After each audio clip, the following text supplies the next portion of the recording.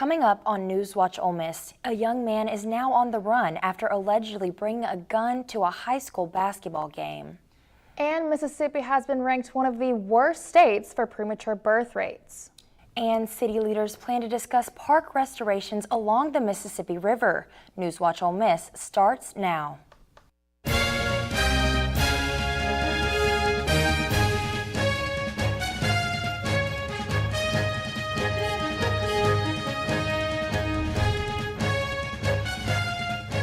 Good evening and welcome to NewsWatch Ole Miss. I'm Hannah Baker. And I'm Annabelle Kinney. A 20-year-old man is now on the run after allegedly bringing a gun to a Coldwater High School basketball game last week. Coldwater Police Chief Ricky Dandridge says that the suspect, Christopher Bernard Muhammad, is a former Coldwater High School student with a criminal record. Former Senatobia Police Chief Steve Holt was also at the game and saw the suspect armed with a 9mm Glock and tackled him. Police then transferred Muhammad to the Tate County Jail, but he walked out the back door with handcuffs on and escaped. Dandridge admits his department did make a mistake, but hopes Muhammad will turn himself in. If you have any idea of Muhammad's whereabouts, call the Tate County Crime Stoppers at 662-301-1111. An Oxford woman has been charged with credit card fraud. After an investigation, the Oxford Police Department charged Kenyatta Henderson with credit card fraud on November 4th and took her into custody. Henderson was taken before a Lafayette County Justice Court judge for her initial bond hearing. Henderson has been issued a $2,500 bond. And members of the LGBTQ community in Memphis got the chance to speak with local law enforcement officers last night during a forum hosted by a group called Out Memphis. Memphis Police Chief C.J. Davis was joined by Shelby County Sheriff Floyd Bonner and District Attorney Steve Mulroy to listen to concerns facing the LGBTQ community. This comes just after an incident in September where protesters showed up with guns to a drag show at the Memphis Museum of Science and History. They discussed further measures for safety in the LGBT community and as well as the anti-LGBTQ legislation, which all three members of the panel agreed they are against. This is one of the first conversations to help build trust between law enforcement and the LGBTQ community. The organizers say that they plan to have these conversations more throughout the year and address new issues that may occur. It's been a year and a half and Mississippi still doesn't have a ballot initiative process. Other state elections around the country have the option to vote on controversial topics, but Mississippi has not given its residents that right. The legislature recently tried to revise a version of the ballot initiative process, but it hit multiple roadblocks that led to a dead end. If they reinstate the ballot process, it would have to be voted on in 2023 and wouldn't go into effect until 2024. However, the Secretary of State has posted on Twitter that his office plans to continue to push for this process to be passed at legislature. The Lafayette County Clerk's Office has released absentee voting dates for the upcoming runoff election between Carnelia Fondren and Tiffany Kilpatrick for the first ever county judge seat. Absentee voting will begin this Saturday through Thanksgiving week. The office hours are 8 a.m. to noon on November 19th, 8 a.m. to 5 p.m. on November 21st through 23rd, and 8 a.m. to noon on the 26th. The office will be closed Thanksgiving Day and Black Friday. The runoff election will take place on November 29th, and voters who wish to cast ballots on Election Day will vote at the same precincts they voted for at the general elections. City leaders are continuing to discuss park restoration along the Mississippi River and fight for money to enhance those areas. City leaders and community members have been discussing this since December of last year and are wanting to use $800,000 for improvements and maintenance issues. This will hopefully go towards the parks owned by Memphis River Parks Partnership that own 5 parks: Greenbelt, Mud Island, Fourth Bluff, Big River, and MLK Parks. The mayor of Memphis has also requested an additional $25 million from the state to expand the current dock at Mississippi Landing, build 2 new river docks, and other attractions along Mud Island. Right now, there is no timelines for this project. And the Oxford Community Market is holding its annual Harvest Angel project today. Reporter Phoebe Kramer went out to meet with volunteers and find out the organization's goals for this project. Thanks, Hannah. I'm Phoebe Kramer, and right now I'm at the Oxford Food Community Market, and today they're hosting their annual Harvest Angel Food Project, and they have people packing bags filled with fruits, vegetables, and baked goods and other essential items to give to the pantry. And being here for 30 minutes, I have seen great progress, and it looks like it's going to be another successful year. Back to the studio. The United States Postal Service is searching for volunteers to answer to children's letters to Santa as the holiday season approaches. Once volunteers are verified, they can look through letters that children have written to good old Saint Nick. Volunteers can choose the letter they like, then purchase a gift for the writer and send it anonymously. The UPS Operation Santa has existed for more than 100 years, and you can sign up on Operation Santa's website and go through an identity verification process. Adopting these letters will start on November 28th. Coming up, Walmart is settling an opioid lawsuit. And millions of people are traveling this holiday season, but we've got some travel tips in case you are too. More after the break, but first, here's a look at your current conditions. Hey Rebels, it is certainly starting to feel like fall again here in Oxford as we're currently at a temp of 43. So if you're waiting on the perfect time to turn on your heat, today might be that day. Stay tuned for more weather updates later.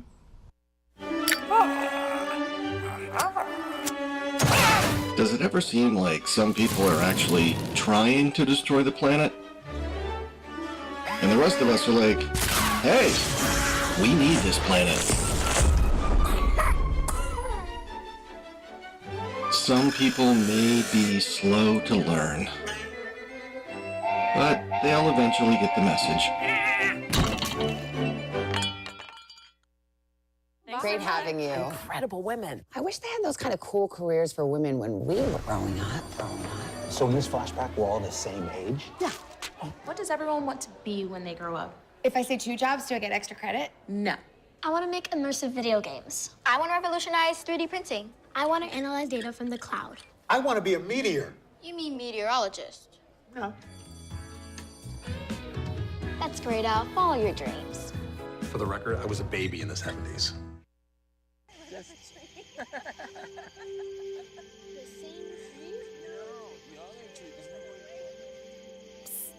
They're coming.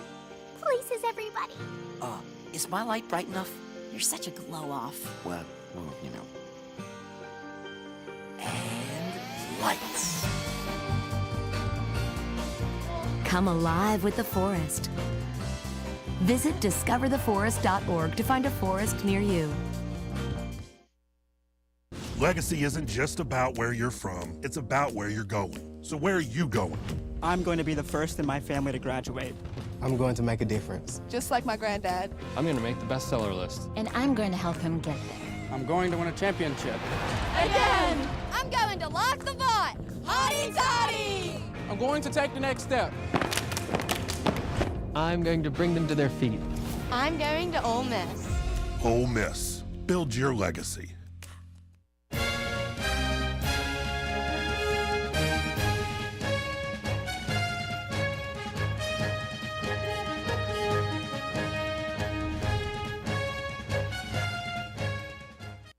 Welcome back to NewsWatch Ole Miss.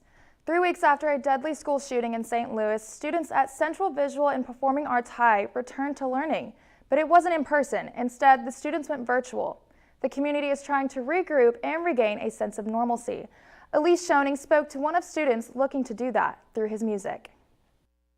Thank you. Now here I am, back outside of my home, my school home. Raekwon Strickland is holding on to his music in this transition after tragedy. We're not a fan of virtual. It's not us. We like to be together. The CVPA senior returned to class virtually with his school for the first time since the deadly shooting. We've still had triumph in our tragedy through our creativity and through our gifts as well. Education leaders across the state reflected on this day, like American Federation of Teachers President Randy Weingarten, who visited the school's memorial site. Although Strickland still has his music, He says day one of learning at home and apart from his school was challenging. So it was difficult when we don't have that resource. But he's also reflecting on moments of unity from the first day back, like sitting through the same AP class he was in, with the same teacher and students when the shooting happened. It was just so full of gratitude to be able to hear her voice, you know, to be able to hear the other students, to see the same students who I was in the situation with. For Strickland, no computer screen or distance can silence his music. Monday through Friday isn't what controls our gifts. A school building isn't what controls our gifts. I just want to thank. We control our gifts. A $3.1 billion to settle opioid lawsuits in multiple states. The company was accused of failing to regulate opioid prescriptions, which contributed to the opioid crisis nationwide. That's according to New York General Attorney General Letitia James, who co-led the negotiations. The settlement framework also requires Walmart to increase efforts to prevent fraudulent prescriptions and flag those that seem suspicious. Walmart disputes the allegations but says the framework is in the best interests of all parties involved. And earlier this month, James' office announced a similar settlement with Teva Pharmaceuticals and its affiliates. The tune to $50 million. We'll update you on that settlement as we learn more. Across the country, Premature birth rates is on the rise with the U.S. receiving a D+ grade. Mississippi is in the worst at 15% out of 9 other failing grade states. The preterm birth rate has risen 4% from 2020 to hit 10.5% just last year, putting the U.S. at a 15-year high. The March of Dimes, who gives out the grades, is advocating for bills to Congress to improve the preterm birth rate. The nonprofit is also pushing for more legislation in states to expand maternal health care services. In Tennessee, after 50 years, a legendary music hall in Nashville is closing its doors. Terry Bolger reports. Exit In is finally on its exit out. Since 1971, it headlined Nashville's Rock Block on Elston Place. The music that played here was mostly loud and legendary. And I've seen countless shows there, too many to count, and music just likes being in that room. Like that Springsteen song, the venue's been hanging on by the skin of its teeth for the last few years. But history, as strong as it is here, can't stop the future. Memories and sentiment, The Clash and Johnny Cash won't prevent growth or progress from coming in. So won't you leave that New York City behind?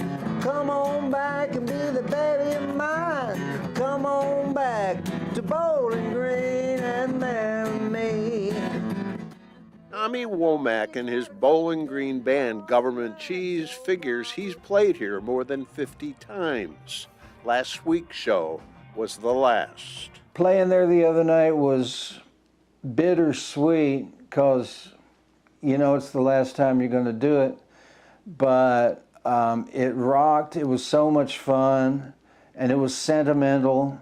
It closes Thanksgiving, won't get torn down, might even still play music. Just can't promise it will be what it once was. Terry Bolger, WSMV4. A federal judge has dismissed a lawsuit filed by Trump's former attorney, Michael Cohen. Cohen said that Trump, former Attorney General William Barr, and other members of the U.S. government retaliated against him and sent him back to prison to prevent him from promoting a tell-all book on the ex-president. A district judge ruled that Supreme Court precedent prevents Cohen from allowing the case to move forward. Cohen was previously sent to prison for crimes including tax evasion, campaign finance violation, and lying to Congress.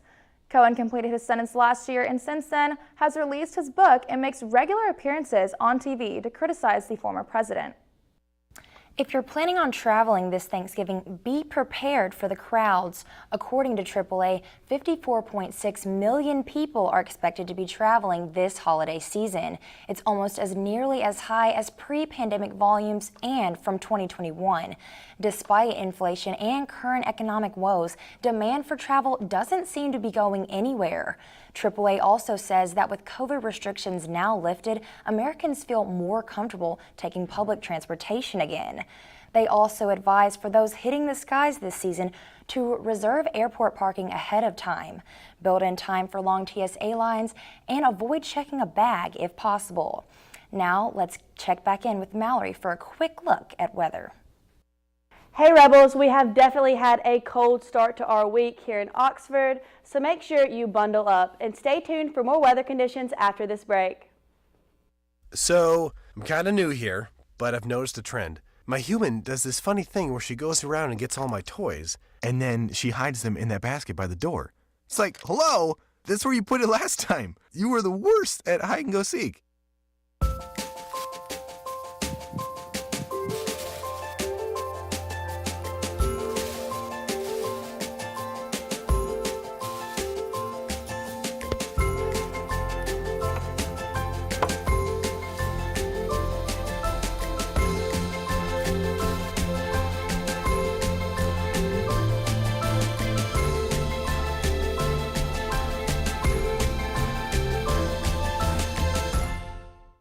It's a beautiful day out here. Sunny today with light breezes, giving way to clouds in the afternoon. We could see some light precipitation to moderate precipitation later on, followed by powerful storm-like conditions. 90 miles per hour winds are expected.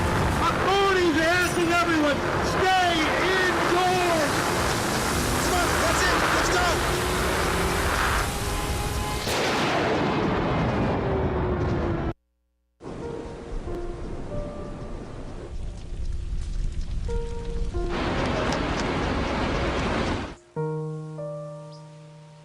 Don't wait.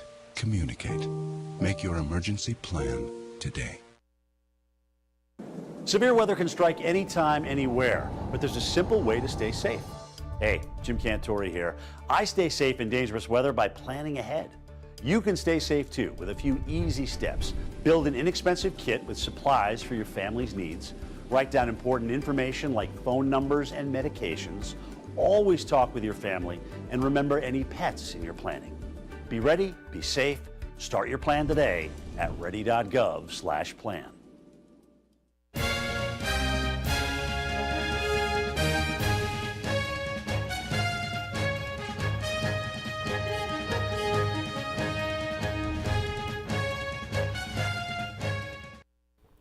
Hey Rebels, I am Mallory Edgen with your weather for today. It is currently 42 here in Oxford, which is quite a drop from our warmer temperatures of last week. And then looking at our region, we are seeing much of the same thing, with all of our temperatures falling in the low 40s to the mid 40s, and Tupelo topping us out at a temperature of 46. And going into tonight, our temperature is going to drop down a little bit. We have a temperature of just below freezing, so if you do plan on going out, make sure to bring that jacket as it's finally starting to feel like that time of the year again.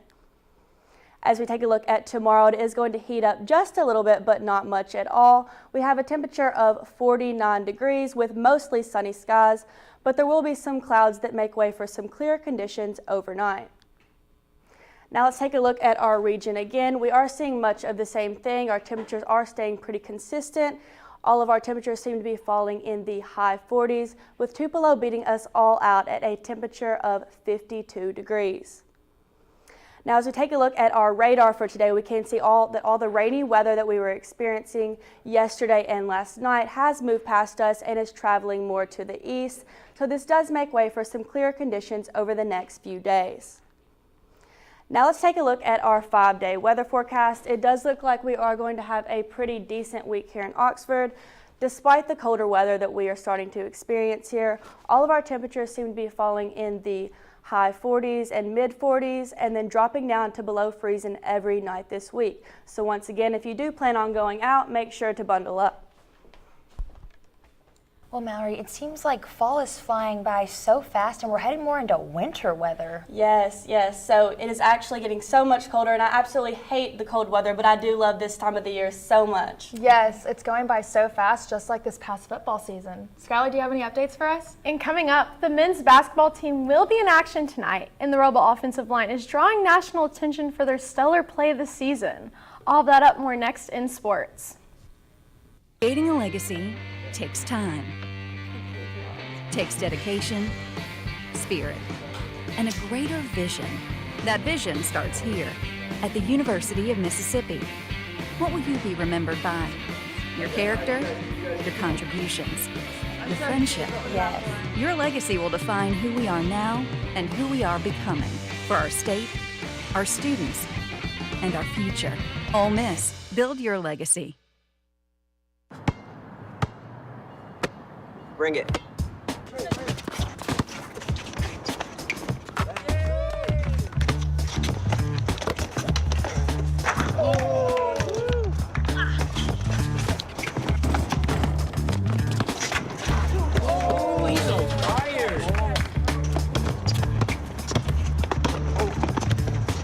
Time out, guys. I'm late to dinner. My mom's gonna kill me. Catch you guys later. Mom wants us home. Okay. Bye, guys. You guys need a ride? Sure. Yeah. All right. How about some one-on-one? I gotta go eat, man. Sorry, I'll see you later.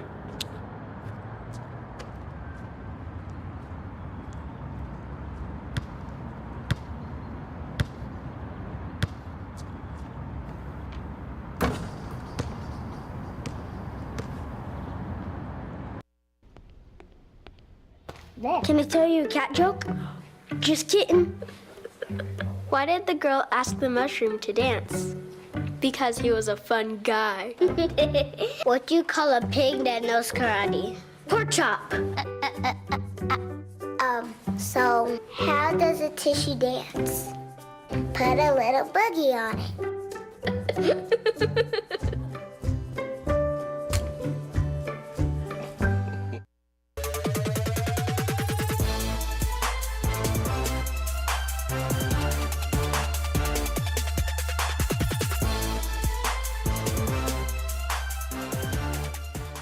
Ole Miss men's basketball will host Chattanooga on Tuesday night in the SBJ Pavilion. Chattanooga is fresh off an NCAA tournament run last season. It'll mark the 7th all-time meeting between the Rebels and the Mocs. Their last meeting was on December 16th of 2018. The Rebels won 90-7 in Oxford. Star player Matthew Morrell and Robert Allen will be necessary to keep the Rebels streak winning. Tip-off is set for 6:30 p.m. on SEC Network Plus. And Ole Miss football is named one of the semifinalists for the Joe Moore Award on Tuesday. It is an honor presented annually to the most outstanding offensive line unit in the country. Ole Miss has used 3 different starting lineups among 6 different offensive linemen, including 2 redshirt freshmen in total. The core 6 linemen that have started have combined for 919 career starts and 153 career games played. The Joe Moore Award finalists will be named on Tuesday, December 6th. The winner will be recognized in the weeks during the surprise visit to the winning unit's school. And the volleyball team suffered a tough loss to Auburn past Friday. Sports reporter Cameron Smith is there to catch the action. The Ole Miss Rebels hosted the Auburn Tigers in a competitive match. Both teams had 52 kills, but in the end, Auburn won 3-1. Let's get into the highlights. Auburn won the final set 25-23 here and improved to 21-5 in the season and improved their win streak to 3. Madison Shear led the way offensively for the Tigers with 14 kills, and Sarah Morton had 10 digs. As for the Rebels, freshman Vivian Miller also had 14 kills and 12 for Samantha Schnitta. Cameron Easton led the way defensively with 17 digs tonight. As for the Rebels, they fought 11-13 on the season. They look to bounce back on November 18th and 19th when they go to Georgia and Athens. Reporting from the Gillum Center, Cameron Smith, NewsWatch Ole Miss. The team will look back to get things on track this Friday when they play Georgia in Athens. And it was another edition of Monday Night Football last night. The Washington Commanders defeated the undefeated Philadelphia Eagles 32-21 in Philadelphia. The Commanders turned big drives into scores and took advantage of turnovers. The Eagles made which the results in the first loss in the first 9 games. The Eagles played with an unusual sloppiness and failed to hit on groundbreaking plays. They had to find their season. Coach Nick Sirianni said, "We started 8-0 together, we lost the game together, and we're going to move on together." The Commanders will play the Houston Texans, and the Eagles will try to bounce back after next weekend when they play the Indianapolis Colts this next Sunday. And that's all I've got for sports. Be sure to follow us at rebel_watch for the latest sports updates. Back to the desk. Thanks, Skylar. Now, Thanksgiving is approaching fast, and it's the feast of the year for many people. But some are still in search of food, and one little boy took it upon himself to help. More coming up after the break. Times during class, and I tell her to talk to him, and it's like, oh, ew.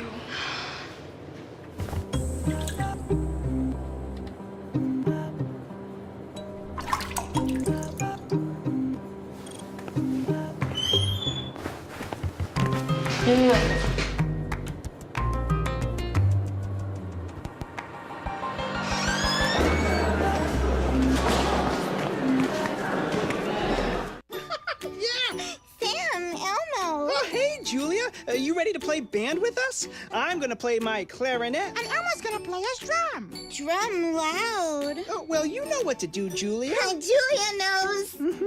With Julia's autism, loud sounds can be too much. But she still loves to make music.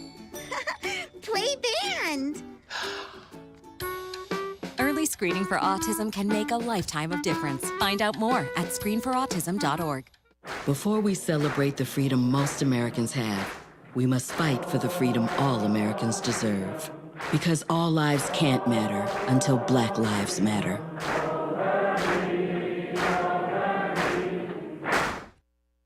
We're all just trying to keep things running for those who rely on us. That's why we don't have time to be sick with the flu.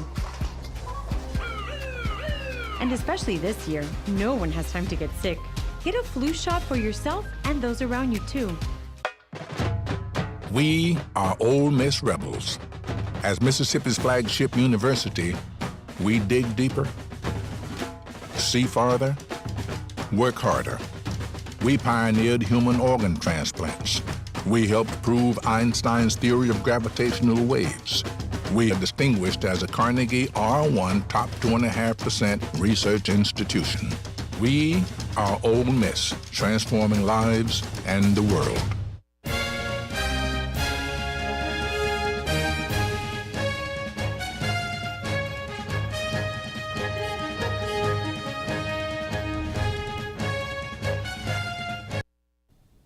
A Massachusetts child decided to forego birthday gifts this year and instead giving away 2 tons of food.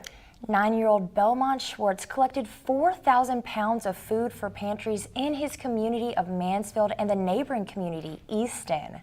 The 4th grader wanted to help feed people in need for Thanksgiving, which is also around the same time as his birthday. Belmont also collected approximately $4,000 worth of donations for local food shelters. He delivered the food and donations to the pantries on Sunday. That is just so heartwarming from kids such a young age to wanting to help their community. Yes, especially around the holidays, it just means more. Well, that's all for tonight. For NewsWatch Ole Miss, I'm Annabelle Kinney. And I'm Hannah Baker. Be sure to follow us on social media, and we'll see you again tomorrow at 5. Thank you and good night.